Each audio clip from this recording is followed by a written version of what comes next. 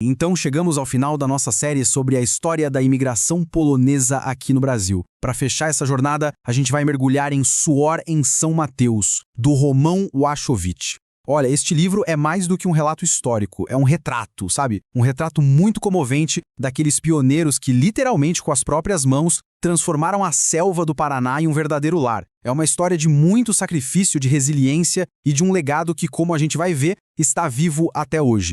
Vamos tentar imaginar o que foi chegar nesse lugar em 1891.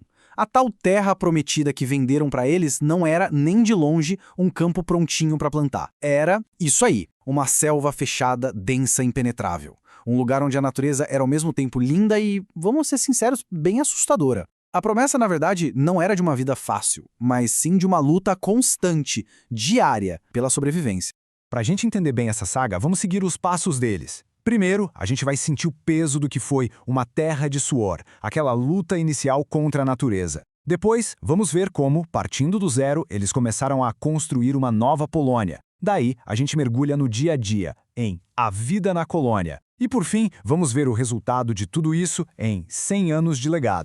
Bom, tudo começa aqui, bem no momento da chegada. Cada pedacinho de terra que hoje forma a cidade foi conquistado na base do suor e da força bruta. Essa foi, sem dúvida, a fase mais dura, a verdadeira prova de fogo que ia definir o destino de todo mundo que ousou sonhar com um recomeço.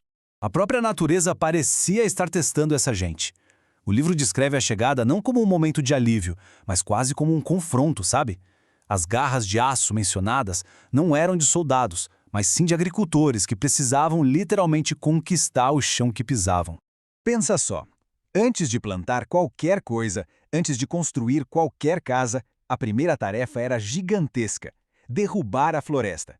Eram pinheiros de mais de 3 metros de diâmetro que eles enfrentavam só com um machado e a força dos braços. Cada clareira que eles abriam não era só um espaço físico, era uma vitória contra o que parecia impossível. Mas só sobreviver não bastava, né? Depois de conseguir domar um pedaço da terra, era preciso construir uma sociedade.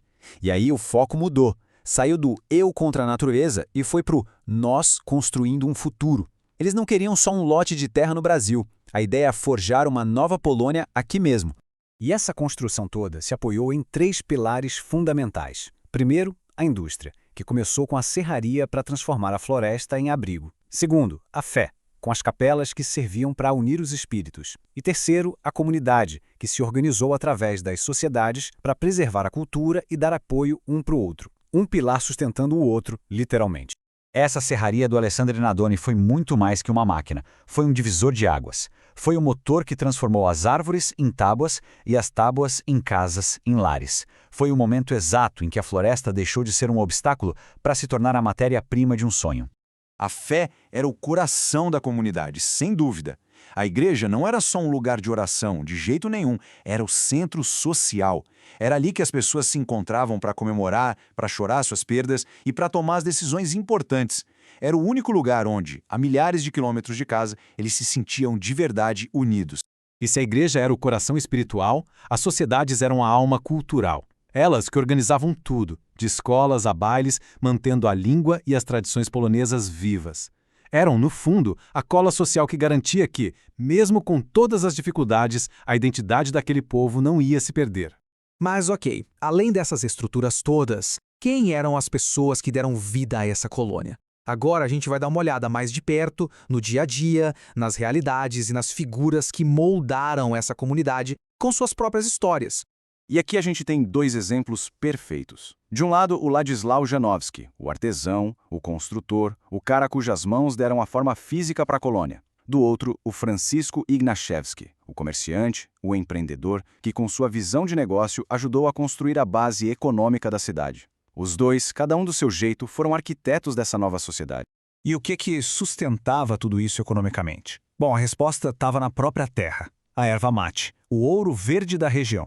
Foi ela que financiou o desenvolvimento da colônia. O trabalho nos ervais era muito duro, mas foi esse trabalho que permitiu que a comunidade prosperasse e pudesse investir no seu próprio futuro.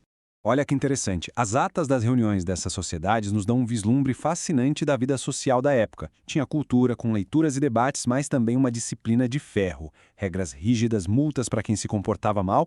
Isso mostra um povo muito focado na ordem e no progresso de todo mundo. investindo cada centavo que sobrava em projetos como a educação das crianças. E agora a gente chega ao clímax da nossa história. Depois de tanto suor, de tanta luta, qual foi o resultado? Vamos olhar para o legado deixado por essa geração de pioneiros 100 anos depois. 100 anos, um século. É o tempo que separa a chegada daqueles pioneiros do momento em que essa história foi registrada lá por 1971.